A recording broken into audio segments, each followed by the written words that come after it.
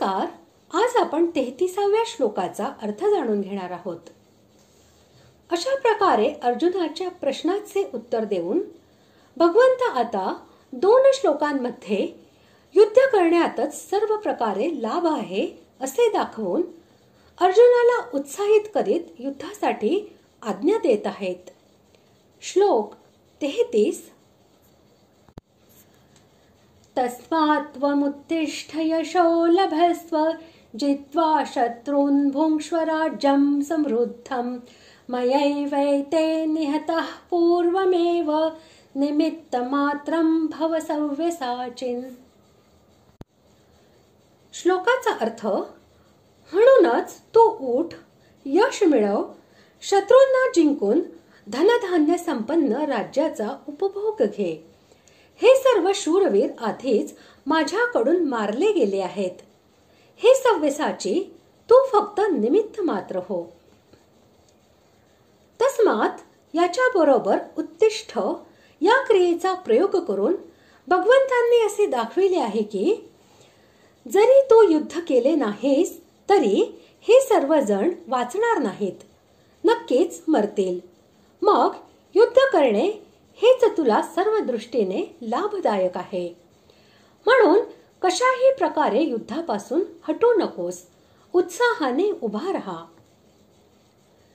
यश मिळवण्यासाठी आणि शत्रूंना जिंकून समृद्ध राज्य भोगण्यास सांगून भगवंतांनी असे दाखविले आहे की या युद्धात तुझा विजय निश्चित आहे.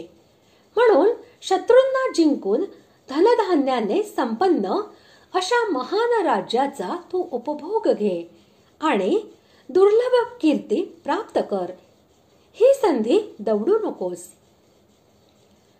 जो डाव्या व उजव्या हाताने बाण चालवू शकतो त्याला सव्यसाची असे म्हणतात. येथे अर्जुनाला सव्यसाची या नावाने संबोधित करून आणि त्याला निमित्त मात्र बनण्यास सांगून भगवंतांनी असे दाखविले आहे की तू जर दोन्ही हातांनी बाण चालवण्यामध्ये अत्यंत निपुण आहेस तर या शत्रूवीरांच्या वर विजय प्राप्त करून घेणे हा तुझ्या हातचा मळ आहे. या सर्वांना वस्तुतः तुला मारावेच लागेल. हे सर्वच्या सर्व माझ्याकडून पूर्वीच मारलेले आहेत हे तू प्रत्यक्ष पाहिले आहेस. तुझे तर फक्त नाव होणार आहे. म्हणून तू आता यांना मारण्यास जराही संकोच करू नकोस. मीच यांना मारून टाकले आहे.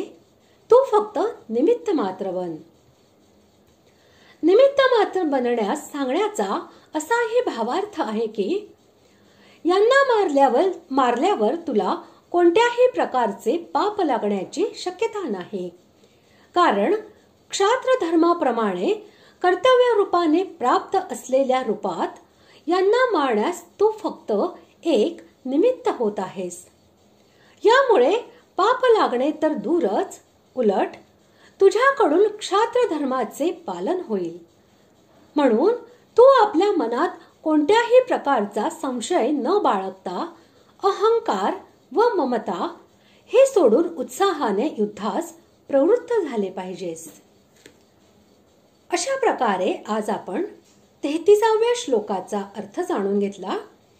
पुढील भागात आपण 34व्या श्लोकाचा अर्थ जाणून घेणार आहोत. धन्यवाद.